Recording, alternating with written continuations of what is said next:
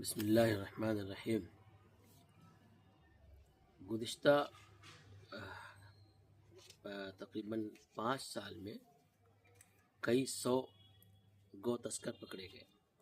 جو گو رکشک اپنے آپ کو کہتے تھے وہی گو تسکری کرتے تھے، ان کو پکڑا گیا۔ اور اس میں میکسیمم وہ لوگ ہیں جو اپنے آپ کو گو رکشک کہتے ہیں، لیکن کوئی خاص کارروائی ان کے اوپر اب تک نظر نہیں آئی۔ گزشتہ ہفتے بھوپال میں بڑی شرمناک حرکت ہوئی۔ بھوپال میں سبھاش نگر کے سلاٹر ہاؤس میں، جو نگر نگم کے ماتحت چلتا ہے، نگر نگم کے ماتحت چلنے والے سلاٹر ہاؤس میں گائے کاٹی گئی۔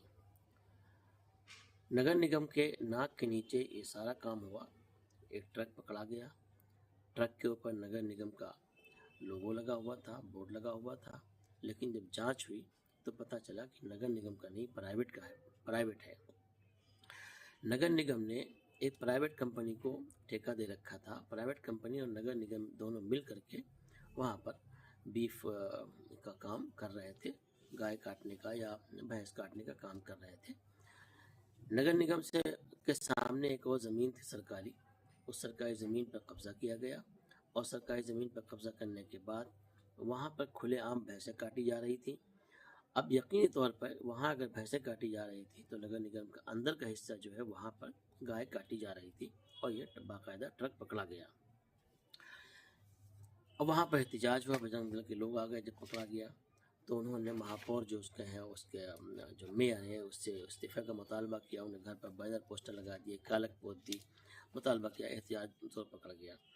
سوال یہ پیدا ہوتا ہے کہ نگر نگم کے ماتحت چلنے والے سلاٹر ہاؤس میں، جو بھوپال کے اندر ہے، بھوپال سے ملے ہوئے رائے سین میں، وہاں پر ایسا کیوں ہوا کہ وہاں پر گائے کاٹی گئی، جبکہ یہ سب کو معلوم گائے ممنوع ہے، لیکن وہ گائے کاٹی گئی۔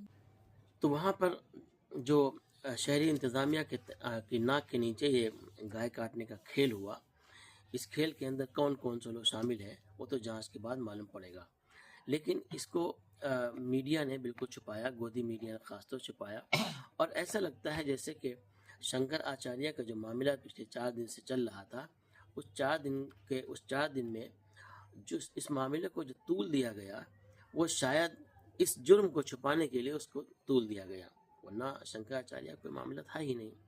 اس کو طول دیا گیا تاکہ یہ معاملہ گائے والا، یہ بھوپال میں کانڈ ہوا، چونکہ بھوپال میں MP میں سرکار اس کی ہے، بھارتیہ جنتا پارٹی کی سرکار ہے، نگر نگم میں اس کے لوگ ہیں، ہر جگہ اسی کے لوگ ہیں، ان کی ناک کے نیچے سارا کام ہوا ہے، سرکار بدنام نہ ہو جائے اس لیے ایسا کیا گیا۔ لیکن چونکہ بیف کی ضرورت ہے، گائے کے گوشت کی بھی ضرورت ہے سرکار کو، مودی جی ابھی عمان میں جا کر کے ایک سمجھوتا کر کے آئے ہیں کہ وہاں پہ سپلائی ہوگا حلال، اور وہ حلال میٹ سپلائی ہوگا، حلال بیف سپلائی ہوگا، جس حلال کے نام کو اتر پردیش میں یوگی سرکار نے بین کر رکھا ہے کہ حلال کے لفظ کے ساتھ، حلال سرٹیفکیٹ کے ساتھ، حلال کے ساتھ کوئی چیز وہاں پر نہ بیچی جائے گی نہ خریدی جائے گی۔ اگر وہاں کوئی چیز پکڑی گئی تو جو بیچ رہا ہوگا یا خرید رہا ہوگا اس کے خلاف کارروائی ہو جائے گی، FIR ہو جائے گی۔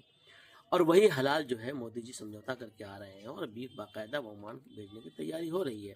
اس سے پہلے جو مسلم کنٹریز میں بیف جا رہا تھا وہ حلال ہی جا رہا تھا، اور جتنا بھی بیف جا رہا ہے مسلم کنٹریز کے اندر، ان میں زیادہ سے زیادہ ہندوستان سے ہی جا رہا ہے، حلال جا رہا ہے۔